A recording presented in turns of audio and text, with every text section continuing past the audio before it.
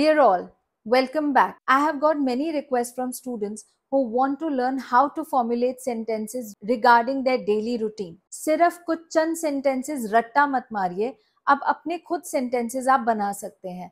Let's get into the video and find out how. Let's look at this video being played regarding Ben, who describes his daily routine. I wake up at 7 o'clock in the morning. I brush my teeth and take a shower. I get dressed.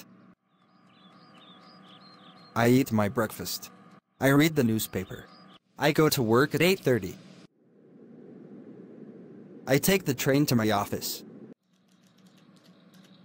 I work from 9 o'clock until 6 o'clock.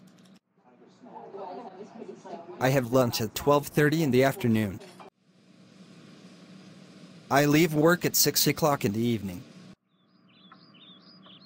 I get home at 6:30. I have dinner with my family at 7 o'clock. During dinner we talk about our day. After dinner, we do the dishes and then watch television. I read some and go to sleep at 11:30. आप अपनी रोजमर्रा की जिंदगी में कुछ actions करते हैं. These actions are known as verbs. Verbs are action words. Now here is a list of certain verbs which are action words which are described on the screen. Please take a screenshot of this. Now let's go through them one by one. Common verbs which are used in your daily routine going from home to work. यानी जब आप सुबह उठते हैं और जब तक आप काम पे पहुंचते हैं, ऐसे कौन से verbs हैं, ऐसे कौन से actions हैं जो आप करते हैं. Let's go through them one by one. Number 1, be, is, am और are. यानी है, हूँ या हैं. ये यूज होता है अपने आप को इंट्रोड्यूस करने के लिए. जैसे I am Ben Stiller. अपना नाम बताने के लिए आप यूज करेंगे I am. किसी और के बारे में बताने के लिए आप यूज करेंगे she और he is. She is used for females and he is used for males. And plural subject हो या plural noun हो, उसके साथ लगेगा are. For example, we are students. Next, जागने के लिए हम यूज करते हैं to wake up. ब्रश करने के लिए to brush.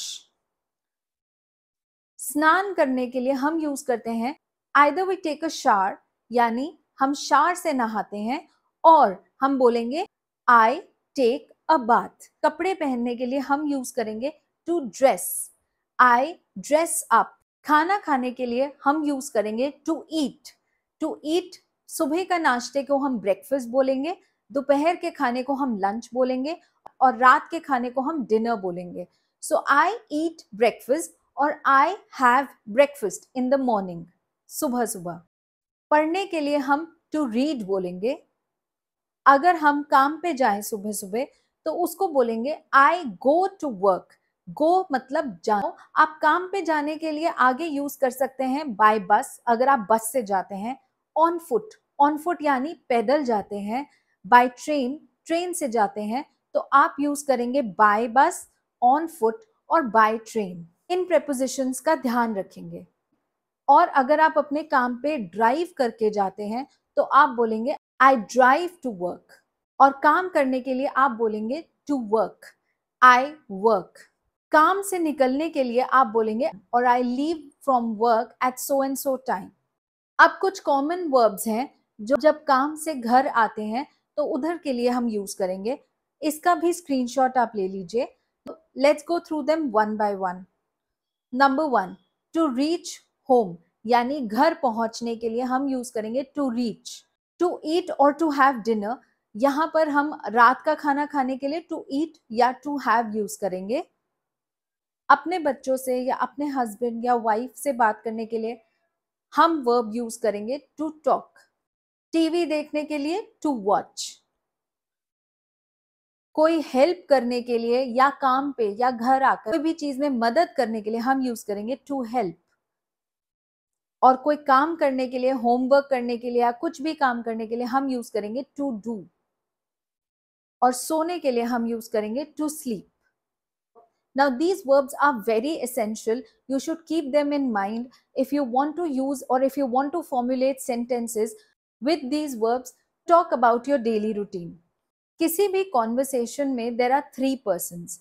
First person is the one who is speaking. जो बोल रहा है वो फर्स्ट पर्सन होता है, जो सामने बैठा है वो सेकंड पर्सन होता है, और थर्ड पर्सन वो होता है जिसके बारे में बात की जाए. अभी हम देखेंगे अगर हम फर्स्ट पर्सन और सेकंड पर्सन के लिए सेंटेंस बनाएं तो हम कैसे बनाएंगे.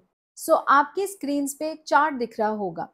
The main formula of writing a sentence is the subject comes first, यानी जिसके बारे में बात हो रही है वो सबसे पहले आता है. उसके बाद वर्ब आता है, वर्ब यानी कार्य, क्रिया. उसके बाद ऑब्जेक्ट आता है. ऑब्जेक्ट क्या है? ऑब्जेक्ट वह चीज है जो बात हो रही है सब्जेक्ट के बारे में. For example, I wake up. Now here the subject is I, मेरे बारे में बात हो रही है. Wake up is your verb, it's an action word. ये कोई एक्शन है जो आप सुबह सुबह करते हैं, यानी जागने का. So I wake up at 8 a.m. At 8 a.m. is the time that I'm discussing. I'm telling you the time that I wake up at. 8 a.m. is the object of the sentence. यानी क्या बात हो रही है मेरे बारे में, और क्या ऑब्जेक्ट डायरेक्ट करता है वर्ब को. Now if I want to negate this, negate यानी अगर मैं इस सेंटेंस के बारे में नेगेशन में बोलना चाहूं तो मैं बोलूंगी I do not wake up at 8 a.m. यानी मैं सुबह 8 बजे नहीं उठती. नेगेट करना यानी उस चीज को ना बोलना. डू नॉट को मिलाकर हम डोंट भी बोल सकते हैं. नाउ अनदर सेंटेंस, अगर मैं अपने दिनचर्या के बारे में बात कर रही हूँ, another sentence can be I is the subject. First person I is the subject. I eat, eat यानी खाना, जो हमने अभी कॉमन वर्ब्स में देखा है.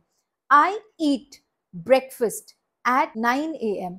यानी मैं सुबह 9 बजे ब्रेकफास्ट खाती हूँ. अगर मैं इस चीज को नेगेट करूँ तो मैं बोलूंगी I don't eat my breakfast at 9 a.m. यानी मैं अपना ब्रेकफास्ट सुबह 9 बजे नहीं खाती. So please keep this formula in mind.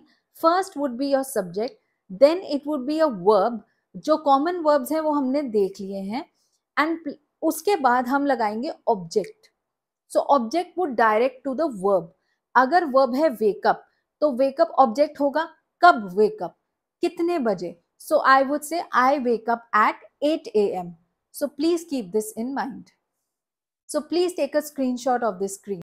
Now let's look at another video where we are describing the daily routine of a third person. During the week, Ben wakes up early for work. But on the weekend, he sleeps late. He gets up at 9:30. He watches TV while he has his breakfast. Then he goes to the gym and exercises for an hour. In the afternoon, Ben uses the computer for a while. He reads and writes emails to his friends and family. On Saturday nights, Ben goes to the movies with his friends. Ben gets home late on Saturdays. He goes to bed at midnight or at 1 o'clock in the morning. He works hard during the week, but relaxes on the weekends. Now please look at the chart on your screens. There are 3 pronouns we can use for the third person. यानी 3 pronoun है जो हम तीसरे व्यक्ति के लिए use कर सकते हैं. For example, if the third person is male, we would use he. If the third person is female, we would use she. और अगर third person neuter gender है, यानी ना male ना female, ये animals के लिए use होता है या कोई वस्तु के लिए use होता है, there we would use it. For positive sentences, we would say she. Subject क्या है? She, वह लड़की. She wakes up. Wakes up. Wake का हमने plural form कर दिया है, s लगा दिया है. So she wakes up at 8 a.m. She wakes up at 8 a.m.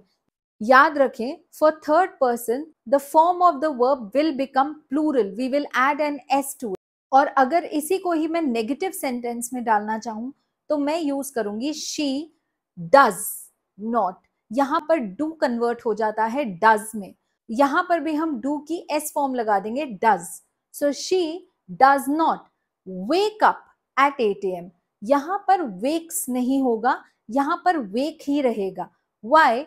Because in the sentences with do, does and did, the main verb remains in their singular original form. So she does not wake up at 8 a.m. वो सुबह 8 बजे नहीं उठती. She eats breakfast at 9 a.m. यहाँ पर eat is your main verb and उसका plural form हम use कर लेंगे. So हम लिखेंगे she eats breakfast at 9 a.m. He does not eat breakfast at 9 a.m. वो सुबह 9 बजे breakfast नहीं खाती. He eats breakfast at 9:30. He यानी वह लड़का. So वह लड़का ब्रेकफास्ट खाता है at 9:30. वह लड़का ब्रेकफास्ट नहीं खाता at 9:30. He doesn't eat at 9:30. Now these are some words which are useful for you if you want to describe your daily routine. ये कुछ वर्ड्स हैं जो आपकी डेली रूटीन डिस्क्राइब करने में आपको मदद करेंगे और ज्यादा अच्छे से आपके सेंटेंसेस को कंप्लीट करेंगे. So the words are always. Always यानी हमेशा. नेवर. नेवर यानी कभी नहीं.